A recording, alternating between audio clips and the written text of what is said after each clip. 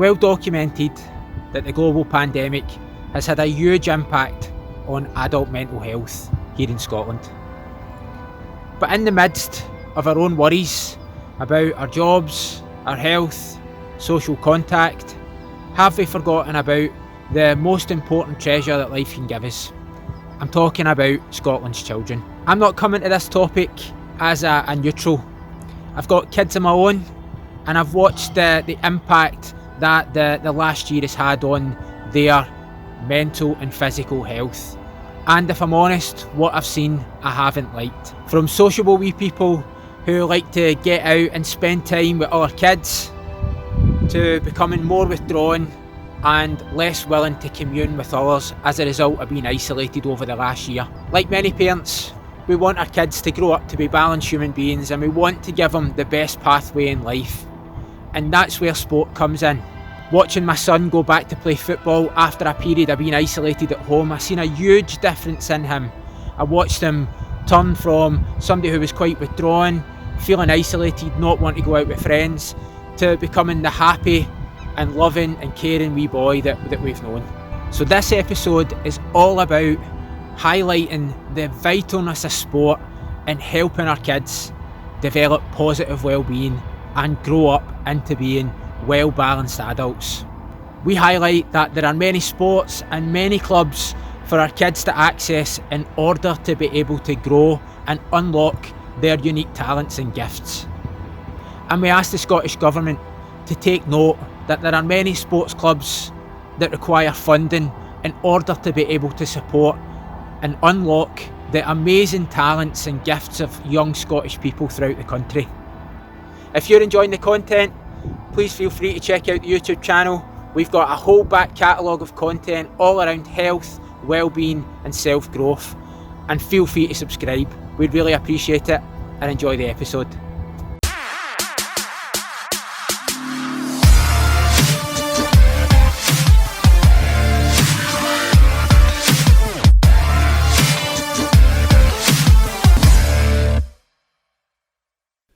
Recognising the huge importance of sport for children and their mental health, Alan interviewed coaches at two local clubs that his son Max attends, Alexandria Kickboxing Academy and Renton Craigandrew FC. The coaches there shared their opinions on the impact that lockdown has had on children's mental health, highlighting that even more work is going to have to be done to make sure our youngsters can stay mentally well. Just talk us through what you think the impact of the last 12 months has been on kids, their mental and their physical health. I think it's been a major detrimental impact, to be honest. I see it first on because I teach Wayne's Muay Thai, and Stuart over here's teaching the kids, he's teaching them kickboxing, so we work together. I'd say mental health, which is surprising because it's something I never thought about as a kid growing up. Never thought about mental health, but you're seeing it more and more now. Quite a lot of kids have actually, parents have contacted us saying how they've got nothing to do, or they're doing playing computers and putting on weight. There's a lot of parents struggling to pay bills, so they've had to pull their kids out of classes. Well, obviously we've told them just to come anyway, but obviously the weight thing's a big thing. A lot of people are putting weight on, quite a lot.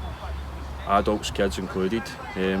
Why is it so important that kids access sport as not just a way to help themselves physically, but also mentally as well? Millions of reasons. For example, kids that haven't got a lot to do, kids that come from bad backgrounds, and that's a way out for people, especially at football, martial arts. If it wasn't for that, for example, myself growing up, a lot of my friends have ended up, my age, have ended up in jail or on drugs, and for me martial arts and the gym was a way to get out of that. With the schools being shut, for example, the kids have suffered socially, so there's a lot of kids that are feeling really lonely. A lot of kids that they've not got anything to do apart from play a computer, and although they're getting to socially talk to people on a computer, that's not good for their health, their physical health. There's kids actually depressed and going to doctors, and the doctors are actually prescribing sports. But if the government aren't letting us get back to sports, then how can we do that? So it's trying to get them to do something. Like, we've got kids here outdoors just doing fitness classes with no contact until the new guidelines kick in. But it's hard because you're trying to keep the kids happy and interested in something where they don't really want to do, but the parents are kind of trying to encourage it. So we're trying to find a way to make it fun for them to do it, but we're not getting any backing at all for the government or the local councils, to be honest. I mean, the kids have got all the football parks, for example, have all been shut as well.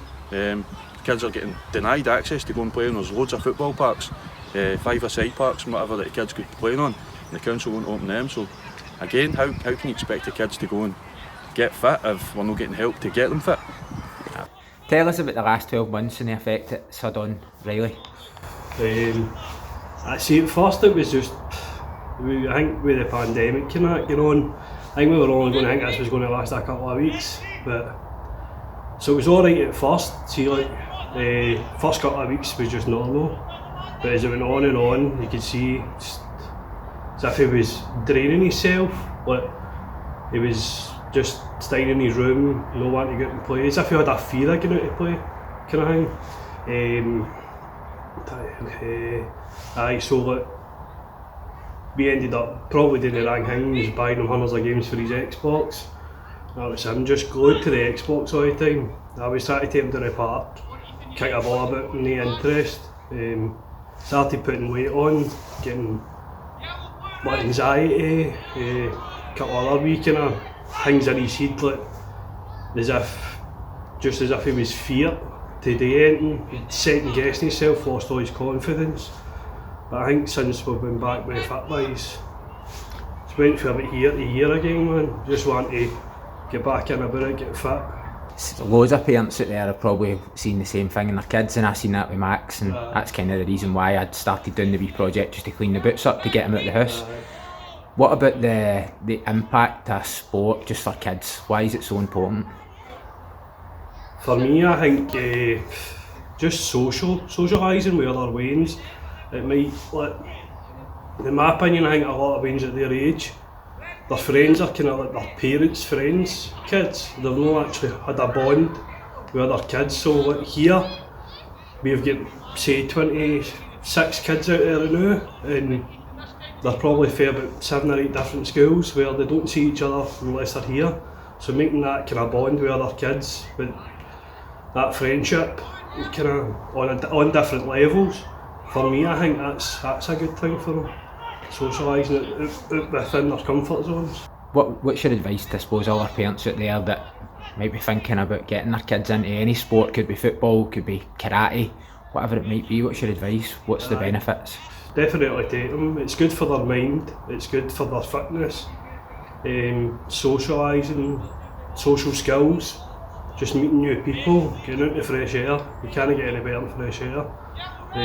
Whether it be football, as you say yourself, karate, kickboxing, rugby, beavers, anything like that. It'd be good to just for them to mingle with kids their own age and have fun. What impact have you seen from the work you've been doing with the kickboxing? What impact have you seen on kids mentally and physically over the last 12 months?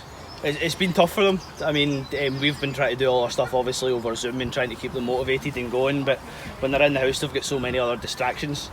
For example, like they've got their Fortnite and all the rest of it, and being off school and being out of routine has really had an impact on them. I mean, when they come down and they do their classes outside, they've got somewhere to be, they've got somewhere to go, but when they're in the house, they're like, I don't need to go anywhere, so I can't really be bothered, and it's a bit different from being actually physically here. Definitely.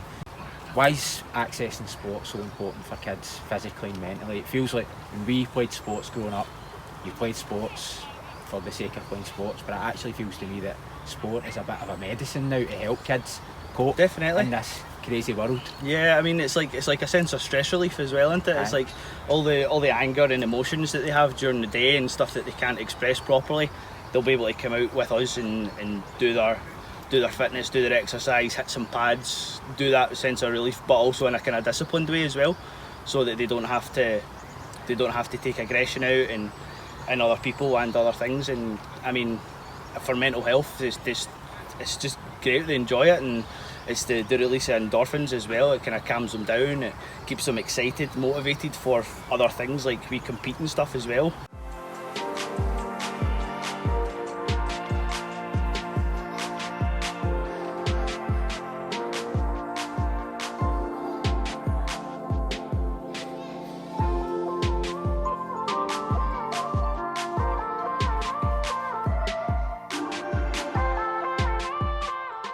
There's two sides to the spectrum. There's kids that have been kept active by their parents, which is good. On the other spectrum, there's kids who have done literally nothing. And you can see it in the impact. We've got obviously a couple of young footballers behind us that they come back to training, they're shy, they don't really want to interact with their peers. And it's not who they were when they left, which shows you the detrimental effect of this lockdown and what it's having on younger kids. Obviously, older generations will go through it as well, but young kids especially, who are used to socialising and whatever else, and it's basically been snatched away from them. So it's been quite a big impact, to be fair. And I suppose parents themselves, like, there's obviously a huge problem at the moment with adult mental health. Yeah, definitely. And they're watching us as parents, aren't they? So yeah. it's almost like there's that element that needs to be considered as well. Yeah, I mean, adults will struggle, and a lot of it's probably going on silently behind closed doors, where people don't really want to speak out, don't want to ask for help and whatever else. But us as a football club are here to support the parents as well as the children if they need it. We're only a wee phone call or a text away. Brilliant. And why is sport and football so important for kids? Well, obviously they're getting out to do their exercise is a key thing. I mean, we're out training for 2 hours, maybe twice a week, so that's 4 hours of exercise where they're quite hard pushed. Because if they get into this rhythm where if they're no exercising, then they're not going to, they just get into, I just want to play my Xbox, I don't want to go out and play. And it isn't right in a way, because when I was younger, and obviously when you were younger as well, you were never in the house. You were always out unless, don't get us wrong, it was pouring down with rain and you get kept in. But nowadays they seem quite comfortable just to stay in the house, and their pals are online. They're not building these social connections that they've got because it's all through a headset. Which to me, it's just wrong. And we need to try and promote getting them out and getting them together to form these groups and these bonds that they have with the people they're playing football with. I totally agree, and I think it's almost like, as a parent as well, it's like something I've been thinking about it, it's convenient, it's easy sometimes when they go, I just want to play the PlayStation. Yeah. If they're busy day at work, I just let them go. Let them go and do it, but you know yourself, like I've seen the difference when the football was all off last year, and then when Max came back to football, the difference in him, like I saw a massive difference in him physically, I saw a massive difference in him emotionally as well. He was like a different wee boy as soon as he came back, because the lockdown and that wasn't good for him, sitting in his room, isolated like you were talking about. I think the person will take a step back, or some of them will take a step back, because they're back to being when they were younger children, when they didn't see anybody else bar their parents. So I've seen quite a lot of that, to be fair. But they are coming round slowly, and I think we will get there. Just need a wee bit more patience with some more than others, because there's kids in there, as I said, that they're coming back and they're not even wanting to come onto the park to train because they're that used to being just themselves again. And it's horrible to watch. Amber Cowborn is a campaigner who raises awareness of mental health issues in adolescents. Having lost her brother Ben to suicide in 2011, Amber's family set up the Invictus Trust charity, and she often calls for a radical approach to tackling mental health issues at an early age and in a way that's more relatable to youngsters. Here's Amber's opinion on this important topic. Mental health care gets 13% of the NHS budget, and youth mental health care gets even less. And we know how important youth mental health care is. In 2012, the Royal College of Psychiatrists found that 50% of adult mental health issues presented before the age of 14, 75% before the early 20s. So it makes the best sense to pour energy and funding into adolescent mental health care, because not only will you create healthier and happier young people, but you're also investing in their quality of life and their life chances. We know this, and yet we don't do it. Our services are severely underfunded. The waiting lists are terrifying. So we know that we need to fund services better, and we need to prioritise it when we're budgeting for the NHS. But I think we can do better than that. I think we can go further than that. I think we should reshape and rebrand adolescent mental health services and modernise them to actually work for the young people that we're trying to help. We need to start thinking and talking about mental health long before there's mental health issues. We talk and read about physical health all the time, and we all take preventative measures, some more than others, to look after our physical health. We even teach it to children in school. We get them to do PE lessons. We get them to eat 5 fruit and veg a day, to have a balanced diet. And we do those things so that they know how to look after their physical health. It won't ultimately stop them getting a serious physical illness, but it will give them a better chance at wellness. And we can do the same with mental health. We can teach young children at school coping mechanisms, relaxation techniques, stress-busting techniques, resilience. We can get them aware of their mental health so that they can talk about it and seek help early. Now, some say it's too young. Why would we bring the conversation at that age? Well, I disagree. If 50% of adult mental health conditions are presenting before the age of 14, then we cannot afford to wait around. Our young people today arguably face more pressures than ever before. Added pressures like social media, information overload, early exposure to things online like sexualized content and violence, drugs, alcohol, body image pressures. They're facing a lot, and yet our services don't match that. We don't know how to navigate these challenges, and the best way forward to do that would be to listen to young people. It's surprising when you work within mental health how little young people are actually listened to inform services to look after them.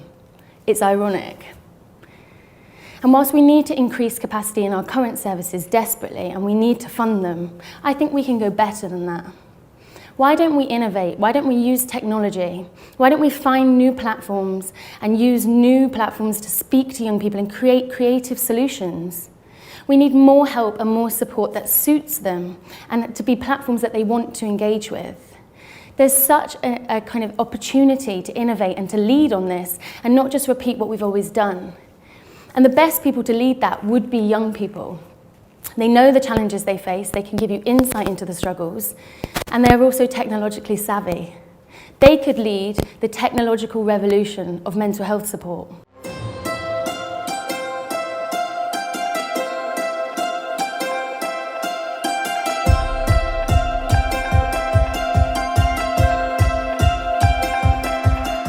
My son Max and I decided to clean up old football boots and give them back to our local football team, Renton Craig Andrew, who are an amazing football club at the heart of the community. The idea is that any parent struggling financially can access football boots and send their wee one to football with the right footwear to participate in sport. Max and Mila had a great time cleaning up the football boots. And also we wanted to say a huge thank you to Renton for the support, and thank you to all the sports clubs, coaches and parents who are doing their best to help we Scottish people develop positive wellbeing via sport. Keep doing your great work from us here at YouRevolution.